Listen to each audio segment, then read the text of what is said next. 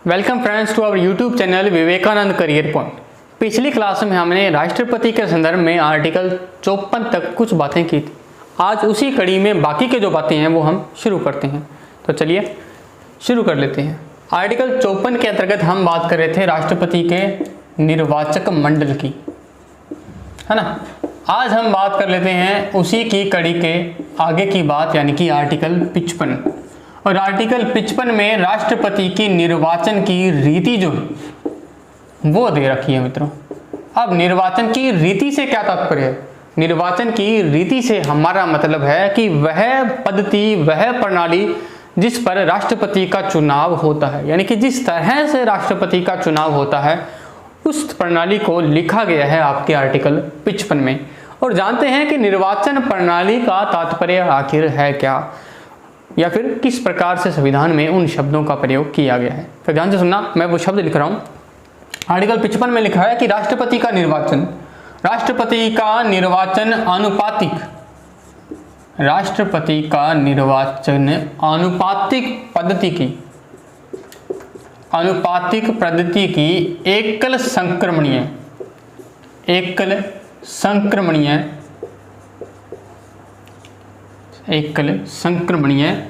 मत प्रणाली द्वारा किया जाता है, मत प्रणाली द्वारा किया जाता है। और यह मतदान, दो चीजें लिखी हुई है, पहली बात ये और सेकंड बात ये कि यह मतदान जो है वो एक गुप्त मतदान होता है। गुप्त मतदान होता है। गुप्त मतदान का सिंपल सा मतलब है कि जिस प्रकार आप और मैं जब वोट डालने जाते हैं तो हमारा मतदान गुप्त मतदान होता है, क्योंकि हमारे सिवा उस वोट को कोई भी उस समय नहीं देख रहा होता है, तो वो गुप्त मतदान के अंतर्गत आता है।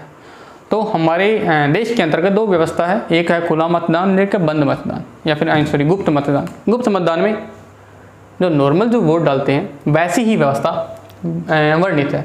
मेन जो हम बात करने वाले हैं वो इस बात पर है कि अनुपातिक पद्धति की एकल संक्रमणीय मत प्रणाली से हमारा तात्पर्य क्या है। तो मित्रों ध्यान से बैठना, क्योंकि आज का हमारा ये टॉपिक है बड़ा ही इंटरेस्टिंग होने वाला है। तो चलिए इस बात को हम थोड़ा सा काट छांट कर पढ़ने की कोशिश करते हैं। सबसे पहली बात कि यहाँ अनुपातिक पद्धति का तात्पर्य क्या है, इस बात से हम क्या मतलब निकालते हैं। और दूसरी बात एकल संक्रमणीय मत प्रणाली, इन शब्दों का क्या अर्थ है? दो चीजें हैं यहाँ। तो चलिए अनुपातिक पद्धति की बारे में हम बात करते हैं। क्या आर्टिकल 50 के अंतर्गत ही दो और बातें लिखी हुई है, और वो ये है कि यहाँ जो है वो अनुपातिक पद्धति से हमारा तात्पर्य निकलेगा कि राज्य के अंतर्गत प्रत्येक राज्यों में जो वोटर है, जो मतदाता है, प्रत्येक राज्यों में उन मतदाताओं के अंतर्गत जो है वो समरूपता होगी। इस प्रकार की कंडीशन जो है वो हमारे संविधान में लिखी हुई है। हालांकि उन शब्दों को मैं डिकोड करके आप सबको ये बताऊंगा कि इन शब्दों का तात्पर्य क्या है। तो चलिए अब कुछ इंटरेस्टिंग फैक्ट जो मैं आपको बता दूं वो ये कि देखिए ध्यान से सुनना, जब मैं और आप जब वोट डालते हैं, आप में से बहुत सारे ऐसे लोग हैं जो 18+ के हैं, वयस्क हैं, और उनको मत देने का या वोट डालने का अधिकार दिया गया है सरकार के द्वारा, संविधान के द्वारा, है ना। और हम भली भांति जो है वो उस अधिकार का प्रयोग करते हैं, है ना। हाँ ऑब्वियस सी बात है। अब लेकिन जब राष्ट्रपति के निर्वाचन में, जब राष्ट्रपति के चुनाव होते हैं और जब वो वोटर जिनके बारे में हमने पिछली वीडियो में पढ़ा था, वो वोटर, वो मतदाता, वो MP या MLA जब वोट डालते हैं तो उनके लिए प्रोसीजर अलग होता है। सबसे इंटरेस्टिंग बात ये है मित्रों कि जब आप और मैं जब हम वोट डालते हैं तो हमारा वोट जो है वो केवल एक ही काउंट होता है, यानी कि एक व्यक्ति के द्वारा डाला गया वोट केवल एक ही होगा, है ना। यही होता है हमारे साथ। लेकिन जब राष्ट्रपति का मतदाता वोटर जब चुनाव में भाग लेता है, वोट डालता है, तब उसकी वोट वैल्यू, उसकी वोटिंग की काउंटिंग एक नहीं होती मित्रों, एक से बहुत ज़्यादा होती है। और मैं ये भी बता दूं कि अगर, और ये भी व्यक्ति वाई व्यक्ति जो है वो अलग अलग होती है। अब आप कहोगे सर ये कैसे, है ना। एग्जाम्पल के तौर पर अगर एक सिक्किम का, ध्यान से सुनना, अगर एक सिक्किम का MLA वोट डालता है तो उसके केवल 7 ही वोट काउंट होंगे। कितने? सिर्फ 7। लेकिन अगर वहीं एक यूपी का MLA वोट डालता है तो उसके 300 से प्लस वोट काउंट हो जाएंगे मित्रों। अब सोचो, कहाँ तो दो व्यक्ति हैं सिक्किम के एमएलए हैं, उन दो व्यक्तियों ने वोट डाला तो कितने वोट हुए? 14, है ना। और वहीं अगर दो ही एमएलए यूपी के हैं वही लोग, और उन्होंने वोट डाला राष्ट्रपति के, तो राष्ट्रपति के वोट कितने हो गए? 600 प्लस हो गए मित्रों। इस प्रकार की व्यवस्था हमारे संविधान निर्माताओं ने संविधान में राष्ट्रपति के लिए वर्णित की है, और उसी के संदर्भ में हम पढ़ेंगे कि कैसे एक एमएलए का वोट वैल्यू मत मूल्य निकाला जाता है। तो आर्टिकल 55 में ही दे रखा है कि आप जब एक एमएलए का मत मूल्य निकालोगे तो उसके लिए क्या फॉर्मूला बनाया जाएगा। तो ध्यान से सुनना, यहां लिखा हुआ है कि उस राज्य की जनसंख्या, राज्य की जो कुल जनसंख्या है, उस राज्य की कुल जनसंख्या में से अगर उस राज्य की विधानसभा की कुल जनसंख्या में से राज्य की विधानसभा के निर्वाचित सदस्य को अगर आप डिवाइड कर दो, भाग दे दो, और जो भी आंसर आए आप उसको 1000 से फिर से भाग दे दो मित्रों, तो जो भी आंसर आएगा वो एक एमएलए का वोट वैल्यू काउंट होगा, एक एमएलए का मत मूल्य काउंट होगा। क्लियर यहाँ तक?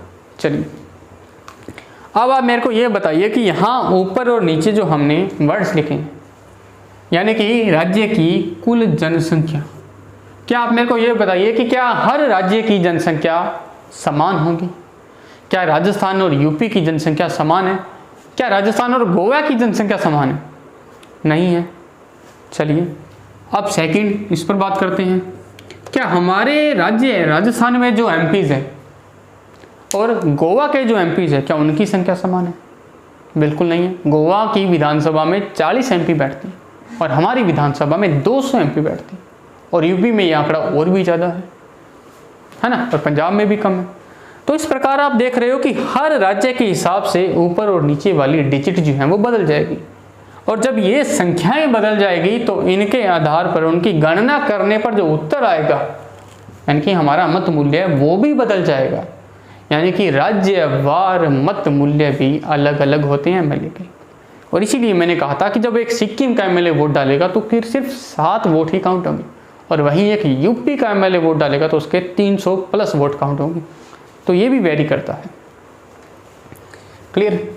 अब हमने बात कर ली कि एमएलए के अलावा सेंटर का एमपी भी तो वोट डालता है ना। अब एक एमपी का मत मूल्य कितना होगा मित्रों, उसके बारे में भी संविधान में वर्णन लिखा गया है। क्या लिखा है वो देखते हैं। यहाँ लिखा है कि देश के अंदर जितने भी विधायक हैं, विधायक यानी कि जो विधानसभा में बैठेंगे, और वो विधायक जो निर्वाचित होंगे, उन सभी निर्वाचित विधायकों के कुल मत मूल्य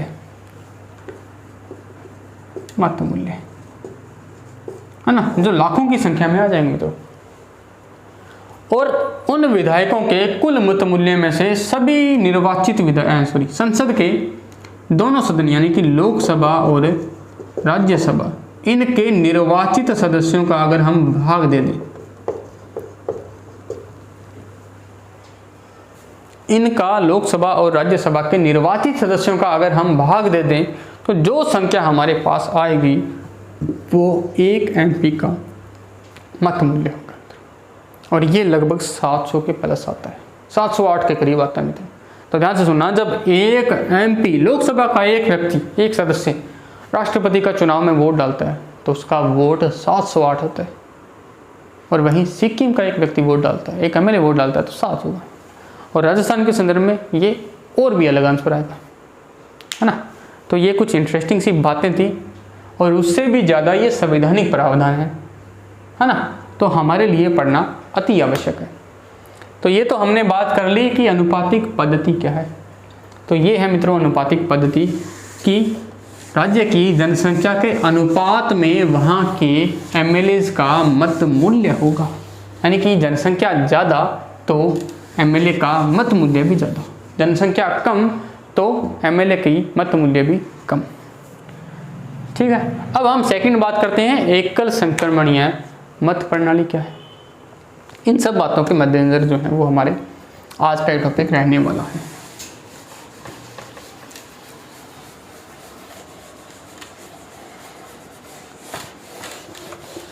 चलिए, जब बात चल ही पड़ी है हमारे देश के अंदर चुनावों की, तो चुनाव के ऊपर अगर बात करें तो हमारे देश में चुनावों के 2 प्रकार हैं मित्रों। चुनाव की रीति की अगर मैं बात करूं तो 2 प्रकार हैं, 2 मेथड है, 2 रीति है। ठीक है, पहली रीति का क्या है मित्रों, पहली मेथड जो है उसमें क्या होता है, पहली बात तो कि पहली जो रीति है उसका नाम है फर्स्ट पास्ट द पोस्ट प्रणाली। फर्स्ट पास्ट द पोस्ट प्रणाली, ठीक है। और दूसरी वाली जो रीति है जिसको हमने अभी लिखा था, एकल संक्रमणीय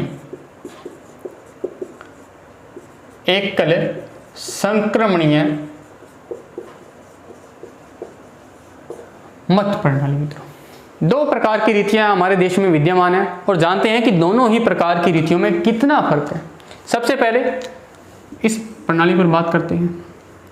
ये वो प्रणाली है मित्रों जो आम जनता के लिए प्रयोग की जाती है। दुनिया में निर्वाचन की, दुनिया में चुनाव की सबसे प्राचीन, सबसे पुरानी और सबसे सरल विधि ये लेफ्ट साइड वाली है, और सबसे आधुनिक और सबसे जटिल प्रकार की प्रणाली ये वाली है। और दोनों ही प्रकार की विधियां हमारे देश में चुनावों में विद्यमान है ना। अब चलिए सबसे पहले हम हमारे ऊपर जो बातें लागू होती हैं उनको देखते हैं कि हम जब वोट में पार्टिसिपेट करते हैं, किसी व्यक्ति को, किसी नेता को वोट डालते हैं, तो हम किस प्रणाली के तहत जो है वो वोट में पार्टिसिपेट करते हैं। तो हमारे लिए ये प्रणाली है मित्रों। अब इसमें क्या होता है, एग्जाम्पल के थ्रू मैं आपको समझाता हूँ कि मान लो 4 व्यक्ति हैं, ए, बी, सी और डी, है ना, अलग अलग पार्टीज के नेता। चुनाव हुए, चुनावों के अंतर्गत जो है वो ए को टोटल 37% लोगों ने वोट दिए। ठीक, चलिए अब जो बी है उसको 24% लोगों ने वोट डाले, जो सी है उसको 13% लोगों ने वोट डाले, और जो डी है उसको 26% लोगों ने वोट डाले। मतलब ये फाइनल रिजल्ट है आपका कि आपने कितने % वोट जो है वो किन किन व्यक्तियों को दिए हैं। क्लियर। चलिए अब आप मेरे को ये बताइए कि इन दोनों में से विजयी कौन हुआ, इन चारों में से विजय कौन हुआ, ए हुआ, बी हुआ, सी हुआ या डी हुआ? बिल्कुल सही, ए विजय हुआ। चलिए मान लेते हैं। अब आप ये बताइए कि ए विजय ही क्यों हुआ, ए ही क्यों विजय हुआ? हाँ, ए विजय इसलिए हुआ कि इन चारों में सबसे ज़्यादा वोट अगर किसी को प्राप्त हुए तो वो व्यक्ति ए ही था, है ना। यही है फर्स्ट पास्ट द पोस्ट प्रणाली, यानी कि जिसे ही सबसे ज़्यादा मत प्राप्त हुए वही विजेता है। क्लियर।